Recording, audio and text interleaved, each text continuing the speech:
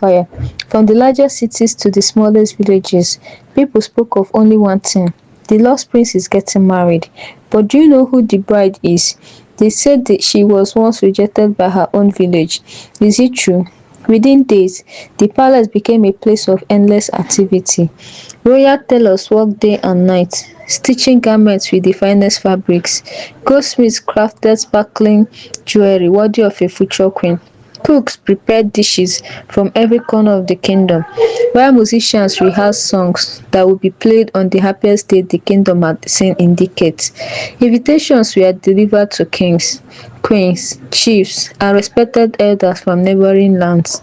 Even the people of Umagu village received a royal invitation.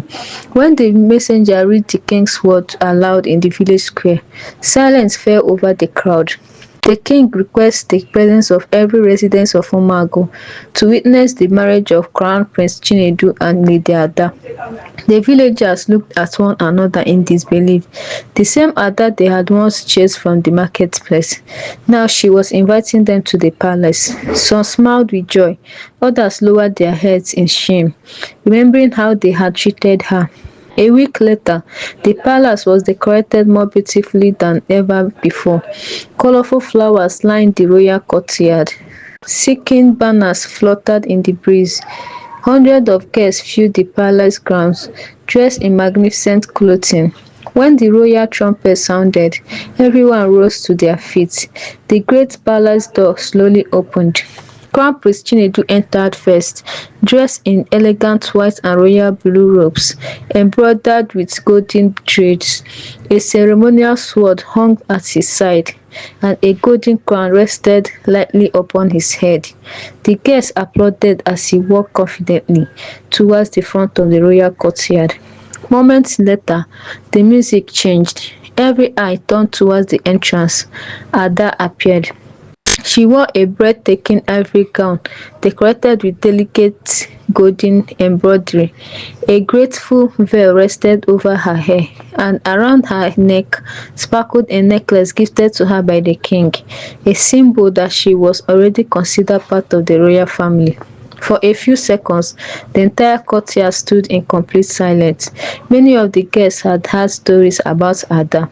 None of them had imagined she would carry herself with such grace and dignity. Even the people from Umagu village struggled to hold back their tears. The elderly women who had once refused to say Ada food whispered softly, "Look at her. She truly was never cursed." Another villager wiped away tears. "We were the ones whose hearts were cursed." As Ada reached the altar, Chinedu smiled at her. "You look beautiful," he whispered. Ada smiled back. "And you kept your promise."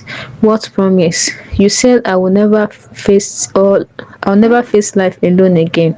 Chinedu gently squeezed her hand. "And I will never." The royal priest stepped forward. He spoke about love, about loyalty, about standing beside one another in seasons of joy and seasons of sorrow. Then came the moment everyone had been waiting for. Crown Prince Chinedu, the priest asked, "Do you take Ada to be your wife? To love her, honor her, and remain faithful to her all the days of your life?" Without hesitation, Chinedu answered, "I do." The priest turned towards Ada. "And do you take Crown Prince Chinedu to be your husband, to love him, honor him, and remain faithful to him all the days of your life?" Ada looked into Chinedu's eyes. The memories flooded her heart. The lonely night, the cruel insults, the empty marketplace, the tears. Then she remembered the days a stranger had offered to carry her bucket of water. That single act of kindness has changed everything. With tears of joy in her eyes, she smiled. "I do." The priest raised his hands. "By the authority entrusted to me by the crown, I now declare you husband and wife." The palace exploded with applause. Royal trumpets echoed across the kingdom. Drums filled the air. White doves were released into the sky as flowers rained down upon the newly married couple. The king walked towards with tears in his eyes. He embraced both of them. "My children," he said, "today my family is complete." That night, the celebration continued with music, dancing, and feasting unlike anything the kingdom had ever seen. But as the festival drew to a close, the elderly king quietly watched his son and daughter-in-law from a distance. A gentle smile rested on his face. He knew this time as king was coming he knew his time as king was coming to an end, and in his heart he believed the kingdom's future was finally in safe hands. Subscribe for the next part.